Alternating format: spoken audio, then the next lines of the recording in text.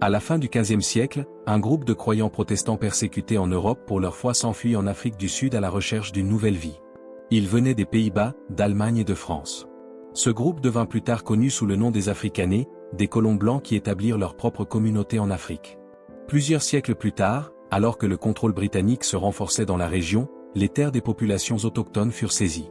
En 1948, le système d'apartheid vit le jour, une loi qui divisait les gens en fonction de la couleur de leur peau. Mais bien avant tout cela, dans un champ paisible en Angleterre, un bébé garçon naquit. Il s'appelait Peter Case, mieux connu sous le nom de Peka. Sa vie débuta dans la tragédie. Son père fut tué dans un incident brutal impliquant un éléphant avant même d'avoir tenu son fils dans ses bras. Dévastée, sa mère donna au garçon le nom de son défunt mari, déterminée à faire vivre sa mémoire. Peka fut élevé par sa mère aimante et une nourrice fidèle qui lui transmit de nombreuses leçons de vie. Il grandit entouré d'amour et de sagesse.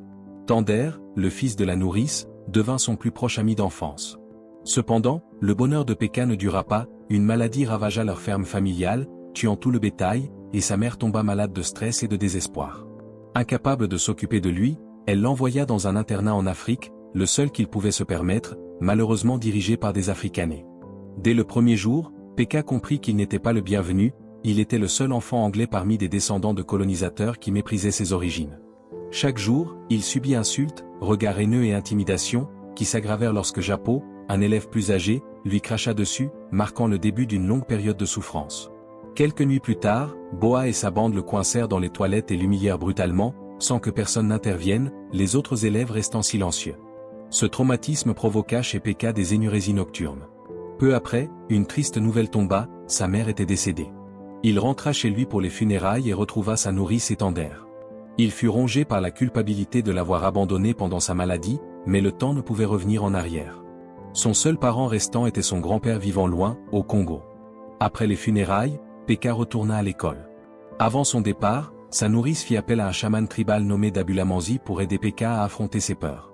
Lors d'un rituel, Peka fut confronté à l'image d'un éléphant, symbole de sa peur. Lorsque l'éléphant chargea, Peka ne recula pas comme son père l'avait fait, mais tint bon, montrant son courage. L'éléphant s'arrêta et le toucha, signe que Peka avait vaincu sa peur. De retour au dortoir, Peka apporta un cadeau du chaman, un poulet qui devint son protecteur et qui, miraculeusement, sentait les menaces et le mettait en garde. Ce petit être lui donna un sentiment de contrôle sur sa vie difficile. Avec le temps, la Seconde Guerre mondiale rendit les tensions encore plus fortes. Les élèves africanais idolâtraient Hitler et détestaient les descendants anglais comme Peka. Hitler jurait d'écraser la Grande-Bretagne et de chasser les Anglais d'Afrique du Sud. Geoffrey Connor attendait ce jour avec excitation. Un jour, Brighton, un élève notoirement cruel, tua le poulet protecteur de Peka. Mais Peka avait changé, il riposta et fit tomber l'un d'eux.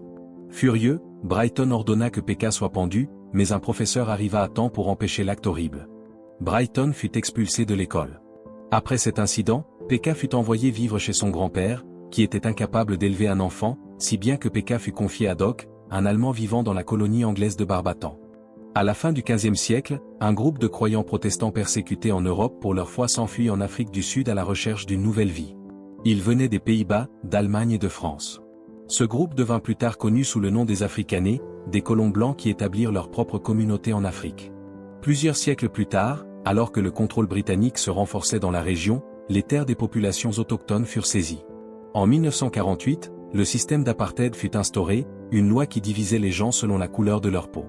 Mais bien avant tout cela, dans un champ tranquille en Angleterre, un bébé garçon naquit. Il s'appelait Peter Case, mieux connu sous le nom de Peka. Sa vie commença par une tragédie. Son père fut tué dans un incident brutal impliquant un éléphant avant même d'avoir tenu son fils dans ses bras.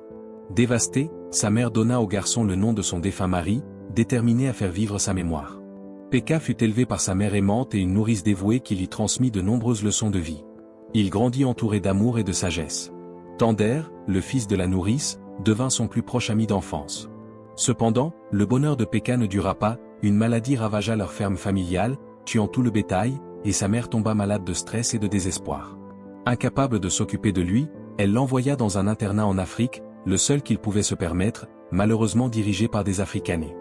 Dès le premier jour, Peka comprit qu'il n'était pas le bienvenu, il était le seul enfant anglais parmi des descendants de colonisateurs qui méprisaient ses origines.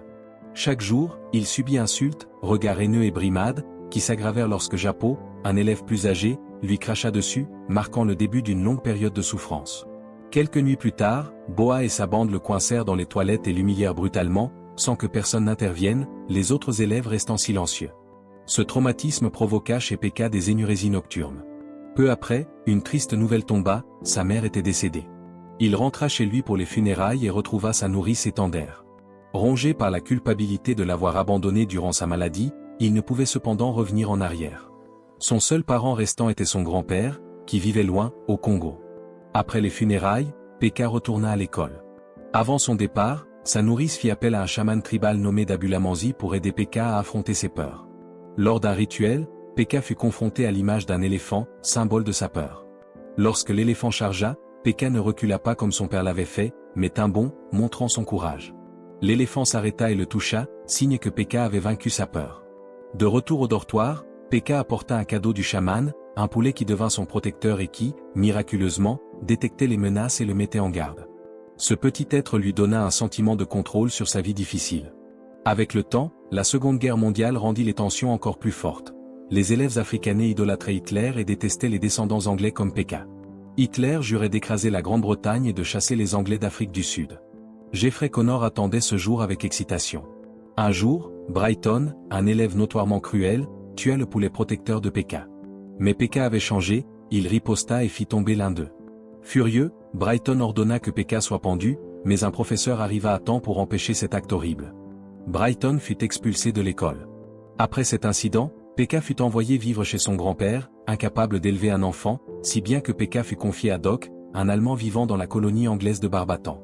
L'école avait reçu l'ordre du colonel Boa et de son assistant Brighton de suspendre toutes les activités pédagogiques pour les élèves noirs. Boa et Brighton étaient les mêmes qui avaient tourmenté Pekka enfant et servaient désormais d'espions pour Daniel, le père de Maria, dans le but d'intimider Pekka et Mori. Le lendemain, le directeur annonça une nouvelle surprenante.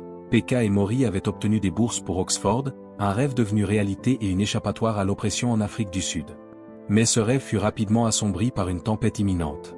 Furieux de son expulsion du pensionnat, Brighton fit irruption dans le gymnase de Pekka, lui reprochant cet événement, nourrissant depuis longtemps une haine profonde contre lui. Accompagné d'hommes armés, Brighton agressa plusieurs boxeurs et déclara son intention de fermer le gymnase multiracial, imposant la violence pour asseoir sa domination et semer la terreur. Ébranlé, Pekka rendit visite secrètement à Maria pour la convaincre de fuir avec lui en Angleterre grâce à la bourse.